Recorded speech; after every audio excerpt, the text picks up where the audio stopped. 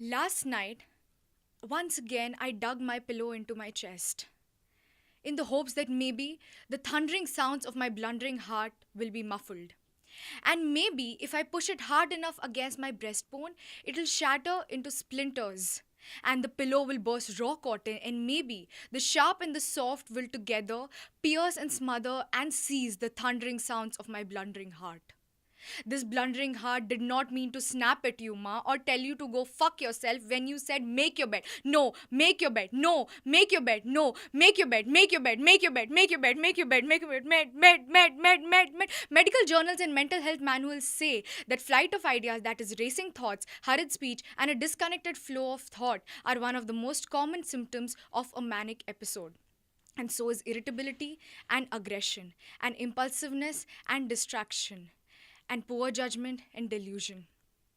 Ma, I wish you could see when I threw the bottle at you, it isn't your faulty upbringing or my moral decline. It is aggression building itself a shrine, hacking away bits of my brain cell after cell, making its own home, my own little hell.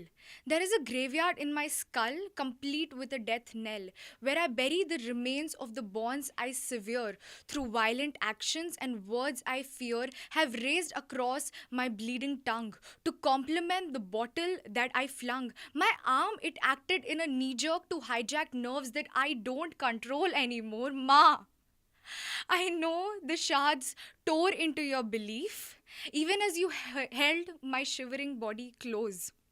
And even though you hide it, I can see that every time you smile at me, you wince with pain. Because even as the flesh wound heals, how will I ever stitch back your faith again? I am sorry. They said bipolarity is a two-headed beast.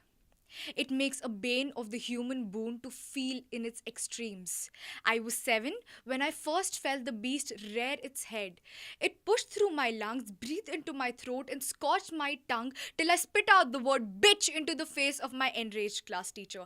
I was labeled a spiteful little child, a cultureless swine. To me, this was no matter. Till the beast was content, I was fine. Over the years, the beast grew larger, stronger, more powerful. It made a home of the hollows between my flesh and my bones. It twisted my nerves into strangling my brain. It turned my own wine into poisonous pain. Neurotransmitters which malfunction in the body and brain, such as serotonin, dopamine, and norepinephrine, can cause unprecedented mood swings ranging from hypermania right down to severe depression. I was 15 when the pendulum started its downswing. I remember struggling to put myself to sleep at night, coaxing my slumber to hold my conscience hostage, even if for an hour or so, only to awaken into wide eyed nightmares, ears ringing with the beast's deafening roar.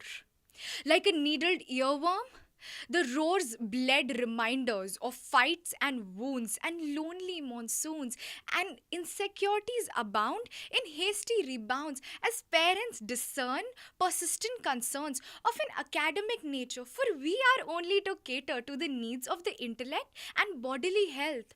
But what about the mental scars I felt? And what about the emotional gamble I dealt? What do I do when I'm lying under the ceiling fan for 4 hours straight, staring as blade turns, blade turns, blade turns, blade turns, blade turns, blade, and I can feel myself slipping into a mental coma of no return as I cross off a new reason to live with each new turn.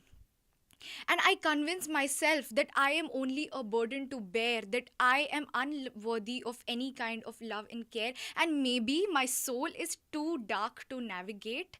A life so black should end. My body, a lost lane on a hung rope. My neck, the broken bend.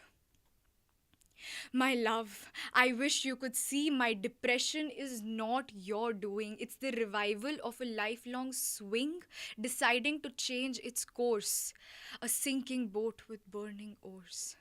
My love, I am so grateful for your love in time, as you took it upon yourself to navigate this soul of mine, as dark as I promised it would be, as light as you made sure I see.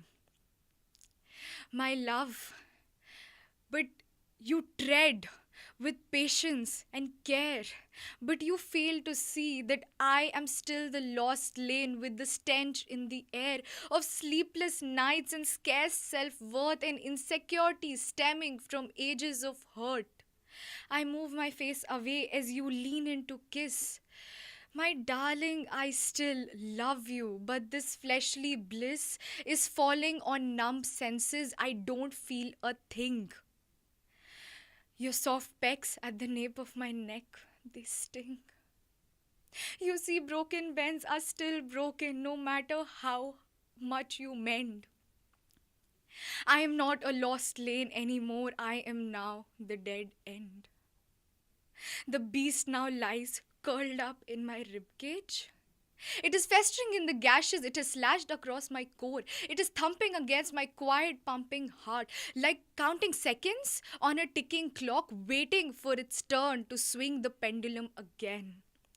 Once again, it'll push through my lungs, and once again, it'll breathe into my throat, and once again, it'll scorch my tongue. The two-headed beast playing its wildest card. And soon enough, it'll resume again the thundering sounds of my blundering heart.